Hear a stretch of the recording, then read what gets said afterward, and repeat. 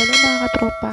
So, nandito ako sa inyong harapan para ituro ang Shopee seller. Kung paano tayo magiging Shopee seller.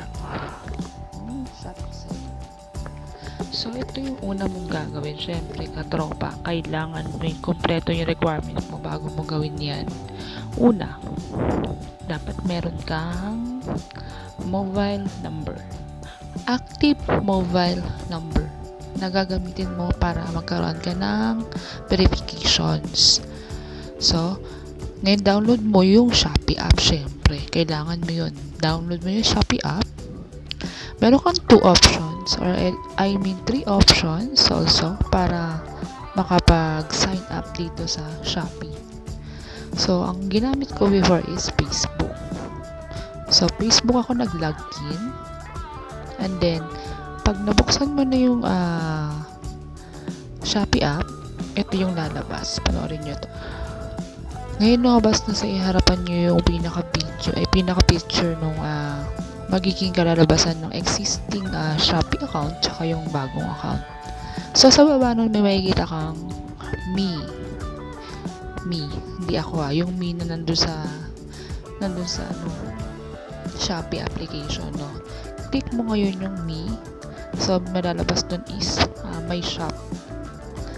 So, nandito rin yung susunod na picture kung ano yung itsura nito. Ito.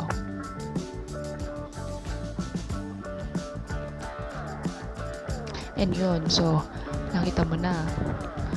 So, ngayon nakapagawa ka na ng account mo, dun tayo ngayon sa pag-add ng product.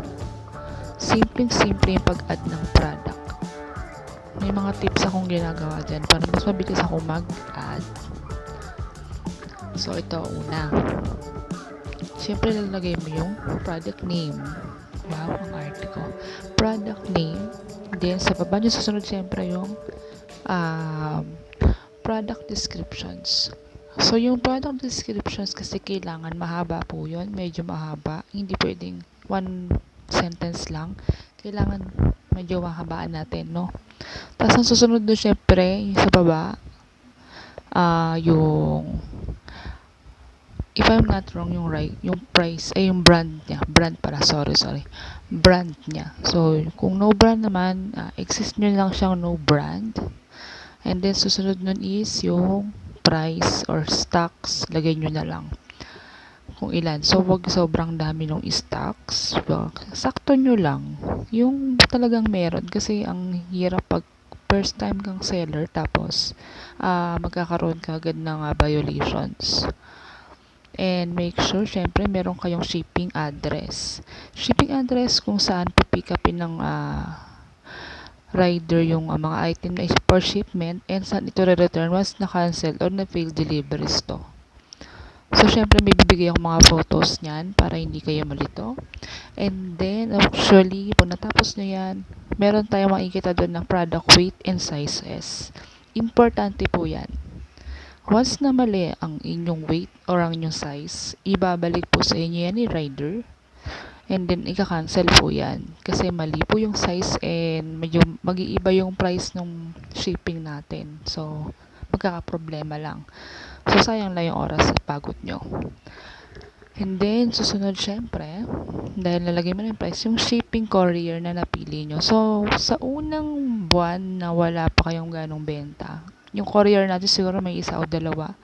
Pero, habang tumatagal, dadami siya actually. So, madadagdag sa Expose, si Ninja Bands, si Zoom, LBC. So, depende po sa kaya ng area yung papasok na courier sa inyo.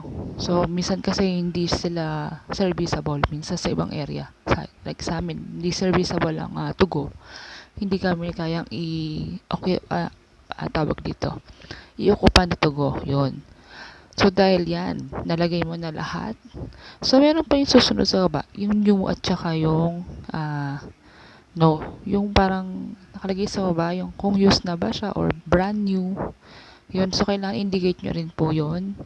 So, yung meron kasi dun used pero look like brand new, mga ganun pa, no? Tapos, yung SKU na sinabing parent SKU, sa mga may store lang yan na offline store na may mga barcodes silang sinusunod. So, yun yung ilalagay nila doon. So, kung wala naman, name lang din ng product, pwede na. So, then after mo matapos lahat ng sinabi ko, ipapublish mo siya. So, once published, makikita mo siya on live on your Shopee page.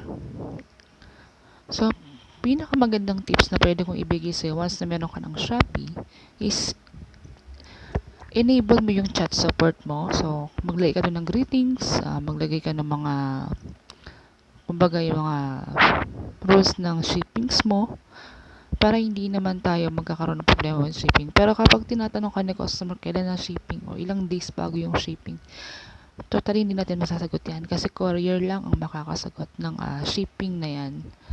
So, for sure, kapag gumawa ka ng product,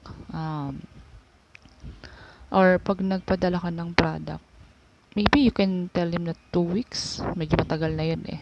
Or 1 week. Depende sa area niya kung baka Kalibo, Aklan siya or Mindanao. Siyempre matagal talaga yun. It will take 1 month also or 3 weeks. Sobrang tagal kasi depende nga. Kasi sobrang layo. Hindi natin talaga masasagot.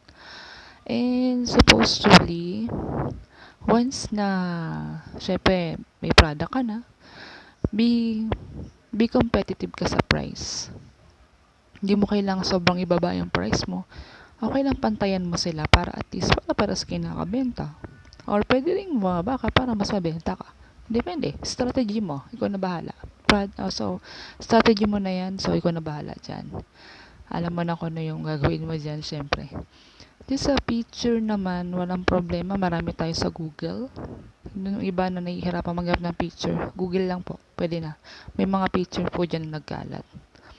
Sa product descriptions na pwede mong ilagay, you can check some of the Shopee products na kagaya nung sa'yo. Hindi naman masama kasi same product. So, same descriptions. Magkaiba naman kayong seller, wala naman problema. Hindi naman yun criminal liabilities, diba? So, yun lang. Kung naintindihan mo yung video na to at nasundan mo lahat ng instructions ko, just hit the like button, subscribe, and happy selling!